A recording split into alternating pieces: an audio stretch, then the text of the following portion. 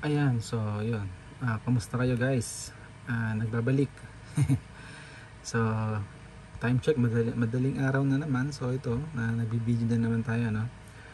Meron na naman tayo ditong PSP 2000 Black.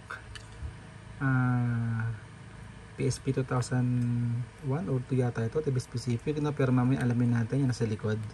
Check natin siya, no? So ito ay medyo makinis ng kaunti, pero mas makinis yung huling PSP 2000 na nabenta ko before. Makikita nyo sa previous videos ko, no? So ito po siya guys, yan.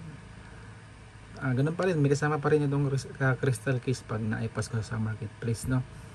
So kung napapanood mo itong video na to, so malamang ikaw ay nakapunta sa marketplace ko at meron tong link. So pinuntahan mo siya. So ito siya ngayon guys, i-flex ko para magkaroon ng idea yung aking client or customers na bibili ng aking unit. So ito siya guys, PSP 2000 Slim. Yan, inalis ko na agad yung crystal case para mabilis kita nyo agad yung physical appearance or yung physical condition ng unit. So yan po,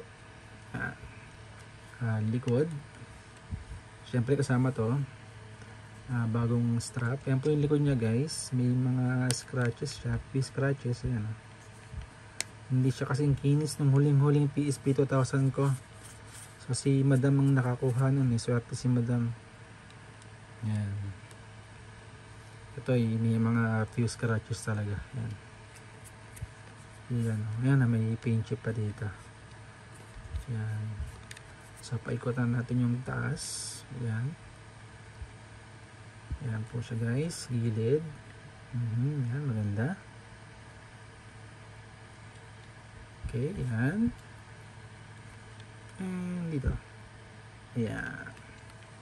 So yun. So ito po ay 16 GB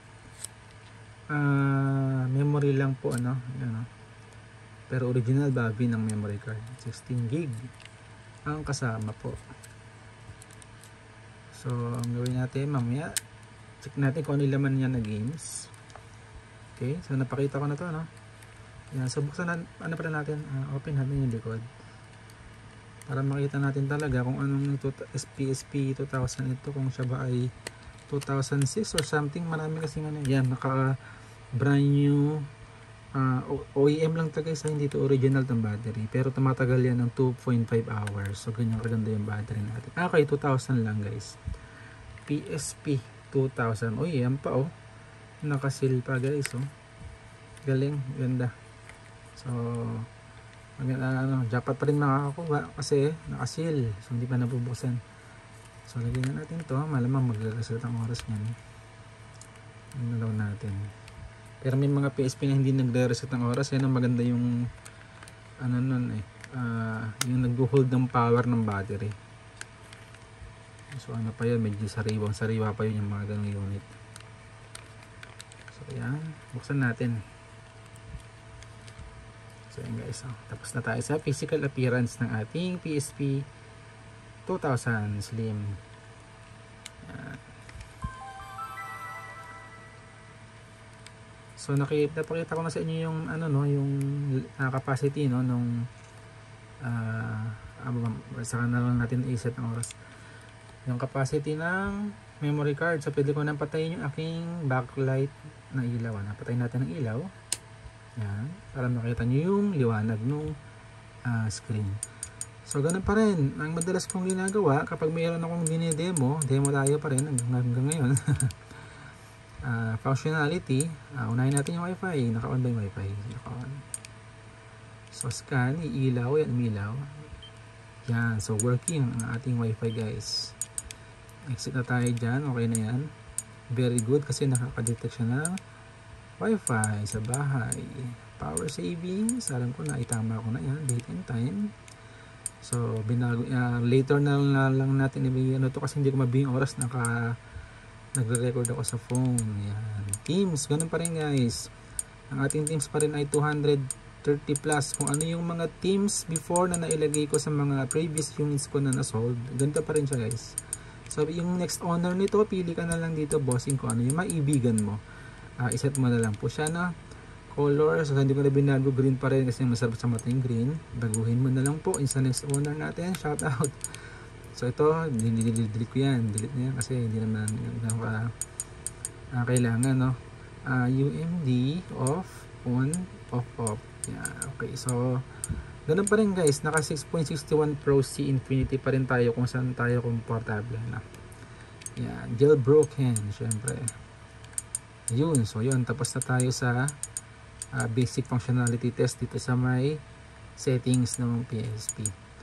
So una, ano po tayo, dako naman tayo sa laman ng games. Bilangin lang natin, so iba-iba siya. 1, 2, 3, 4, 5, 6, 7, 8, 9, 10, 11, 12, 13, 14, 15 games lang siya guys. So mukhang heavy lahat to guys, tsaka 16 GB lang kasi siya, no? So sa mga darating na araw, abangan nyo po yung aking gameplay test ng ating unit na to, no? Ganun ang ginagawa ko eh. So functionality sa una, and sa mga darating na araw, iniisa-isa ko itong mga laro na to, no? Kung ano yung itsura nila pag nilalaro na. At the same time, magkakaroon ng idea yung bibili. So pasok tayo sa yung madalas natin ginagawa, P-tester. Kumustahin natin yung unit. Yan, maganda, wala siyang marka, oh. Puting-puti yung screen natin guys, napakaliwanag, the best. Very good. So unahin natin ang key test. Okay, dito muna tayo sa directional pad. So nakikita niyo yung analog X and Y, very stable, oh. Hindi gumagalaw kahit pinipindot ko yung arrow keys, oh. Ganyan kaganda yung analog natin guys, oh. Okay, ito. Okay, kabila. Hindi ko napipindot ng maayos. Napakalambot. Yan, iba talaga pag original yung buttons guys. Kung ako tatanungin niya, mas maraming gasgas na housing compared sa bago na housing pero aftermarket, hindi niyo ma-feel yung pagiging original na unit. Mas maganda pa rin talaga yung original na unit kahit na maraming gasgas. Okay, home button. Home. Okay, volume. Yan, volume up. So dinedemo ko na lahat po ng ating buttons ay working. So brightness or yung backlight, yan, pinakamababa, 1, 2, 3, yan, todo na siya guys. Okay, select, then start, mag-exit na yan. Okay, so balik tayo ulit. Yung analog naman, bugbugin natin yung analog, ano, kasi pinapakita yung kagandahan ng ating unit na napakaganda rin ng analog niya guys. Bugin natin ng kaunti kahit isang minuto lang. Pakita ko na wala siyang ghost touch yan. Hindi tumatakbo yung number pag binitawan ko. Kahit umindot ako rito, pindot hindi siya nagbabago. Ayan, hindi tumatakbo yung number.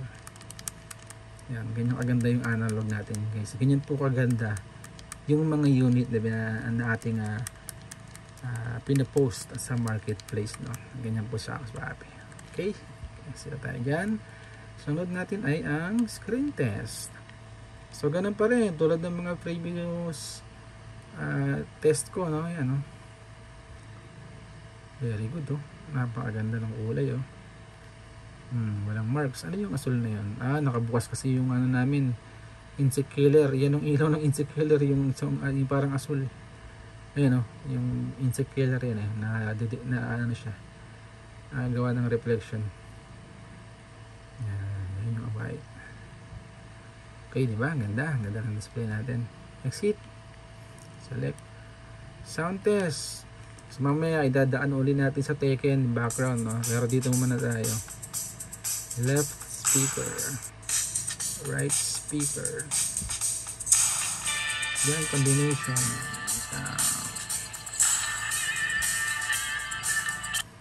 Diba? The best.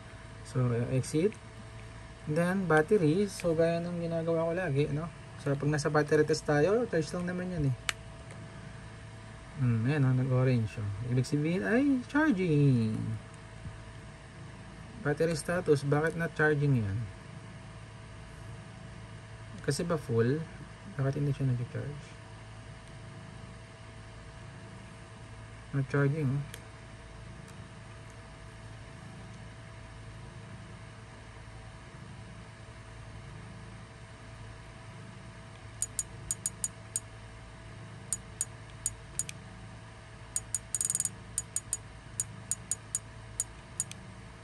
Oh, charging naman dito, baka delay lang. Balik tayo sa tester. Charging sa ano sa main system settings ng PSP, pero dito sa P-tester not charging daw, hindi pwede yan. Yun, so delay lang. Pinakaba tayo ng PSP guys. So yan kita nyo naman guys, walang putol, walang halong kasinungalingan yung ating video. So kanina na charging siya so loko siya, delay yung kanyang reading. So nakita nyo kanina naman nag-orange siya. So doon pa lang guaranteed na okay na siya. Nag-charge talaga siya. Okay, ugutin na natin. So guaranteed yan guys. Yan na siya. Discharging na siya. Okay, very good. So start, exit. UMD test. Mamaya natin testingin yan. Labas muna tayo rito. So almost done na tayo dito sa P-tester natin. So balik tayo sa sound test. Gaya ng ginagamit natin is yung background sound ng Tekken.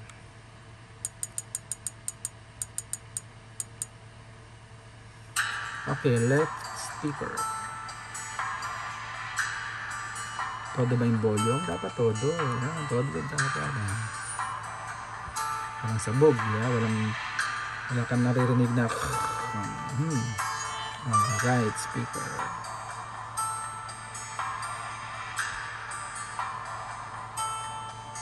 Okay, so yun lang. So very good na guys. So ito, ang last test natin is yung UMD. Ang alam ko may kasama itong disc, itong unit na to, isang peraso. So dagdag to sa game list, no? So hindi lang siya 15 games, so 16 games siya guys. Kasama po ito guys.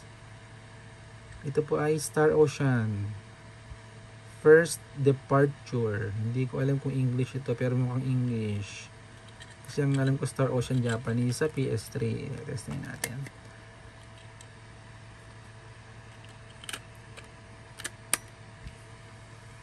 So yun, nakita niyo yung bilog na yan, reading.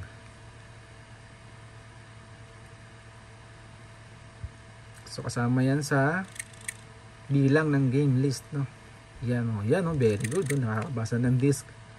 Maganda siya guys. So yung next owner po nito, kung meron ka pong extra UMD disc na game, so yun, pwede bang malaro. Ibig sabihin, working po yung ating UMD drive. Ayan, ano to? PSP update version 4.05. Wala yan, hindi kailangan yan. Ito lang, Star Ocean, yan. So guaranteed yung ating UMD drive na working. Okay, walang putol yung ating video. Buti na natin yan. So maganda, kasama po ito guys sa package ng unit na to pag binili nyo pa. Okay, so last demo is yung list ng games. So gaya ng nabanggit ko, ito yung pang 16. So pasadahan natin mula sa taas para tayo ay tapos na. Okay, ano to? Death Junior. Okay, Hexis Force. Sa mga darating na araw, itatry natin isa-isa yung mga games na yan. Hindi ko pa alam yan Darkstalker versus para siyang Marvel versus Capcom. Maganda rin yan. So, meron tayong Wolverine. Killzone. Silent Hill. Ito ba, may 300 pa. Maganda kaya ito. Malalaman natin yan. Siguro the following day, natin yan. Magagawa natin ng video. Lord of Apocalypse. Riviera, The Promised Land. Okay. So, lagi naman kasama yung NBA. Gotham Vice City. GTA Sindako. And God of War. Okay, last Tekken 6. So yun lang. Po mga bossing, So kung very interested po kayo, kung napapanood nyo itong video na to, meron po itong description. Check nyo na lang po doon yung link papunta sa FB Marketplace po, para malaman nyo kung available pa po itong unit. Sa mga interested lang naman na kunin itong ating unit na PSP 2000 Slim, which is hindi naman siya ganun kakinis, pero hindi naman siya ganun kapangad guys, although makinis-kinis pa rin naman, makikita niya pa rin naman, very presentable, very decent. Yan, ito lang yung mga few scratches, pero okay lang yan kasi ito ay may crystal case guys, may kasamang crystal case po ito. So yun lang po mga bossing, maraming salamat po at salamat po sa inyong panonood. Thank you for watching. See you on my next videos guys. God bless and goodbye for now. Thank you so much.